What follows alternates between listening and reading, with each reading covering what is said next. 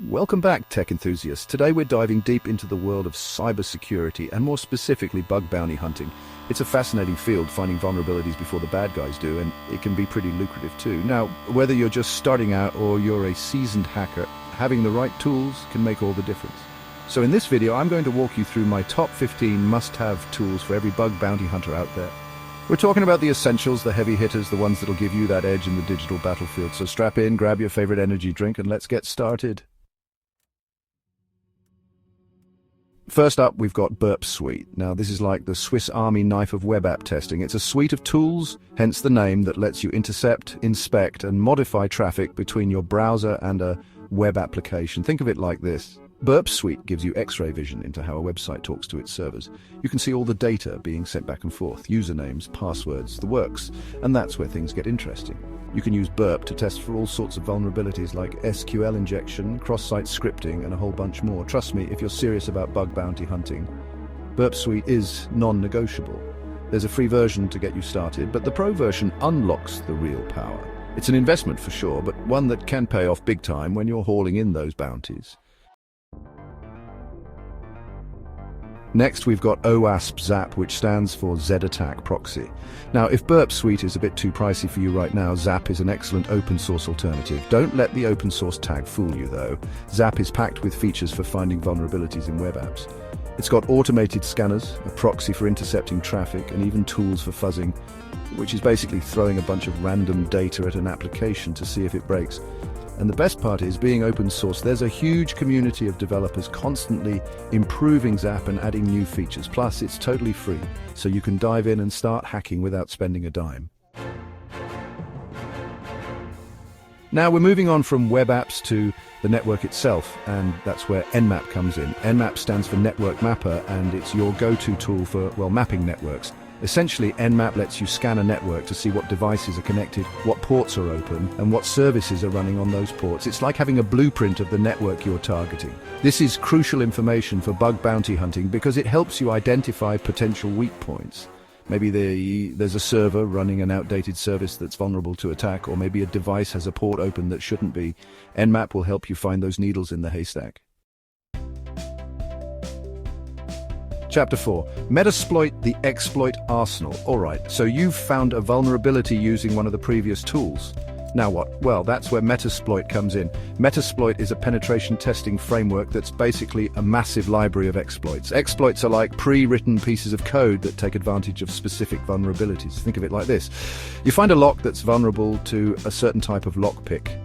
Metasploit is like a giant toolbox full of lockpicks for every lock imaginable. It's a powerful tool, but with great power comes great responsibility. Use it ethically and only on systems you have permission to test.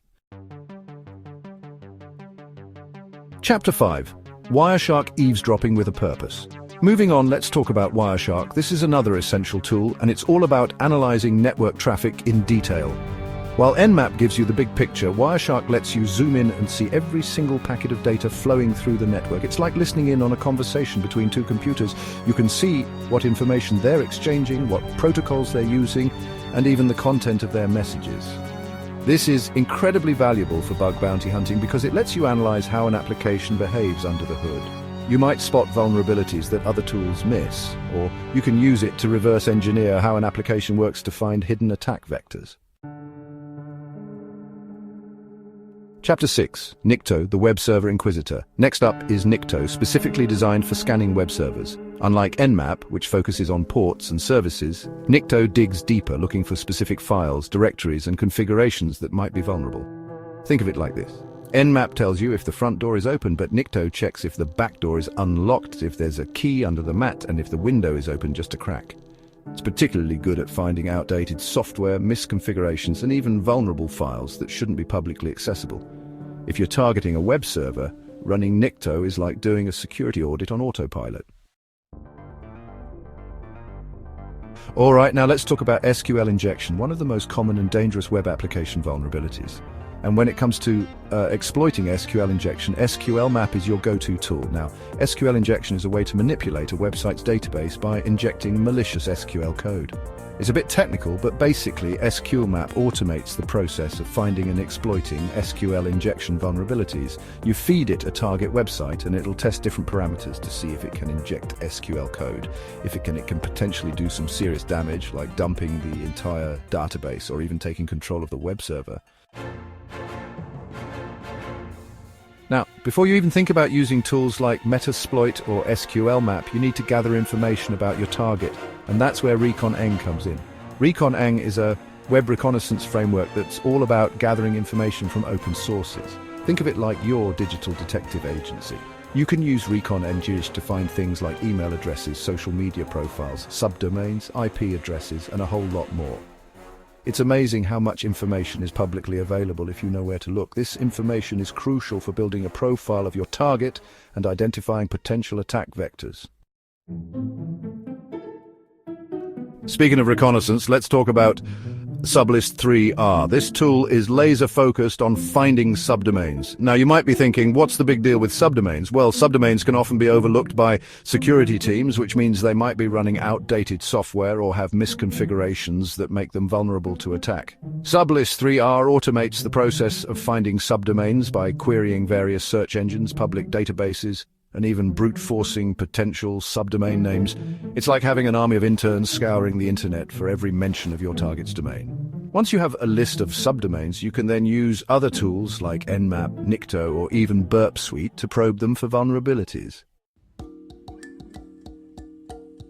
Next up is Dirbuster, and this one's all about brute-forcing directories and file names on web servers. It's a simple concept, but surprisingly effective. Basically, Dirbuster takes a list of common directory and file names and tries accessing them on a web server. If it finds something, it'll tell you, and you can then investigate further to see if it's something sensitive or vulnerable.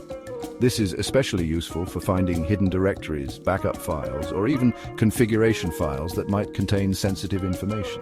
It's like trying every key on a keychain until you find the one that unlocks the door.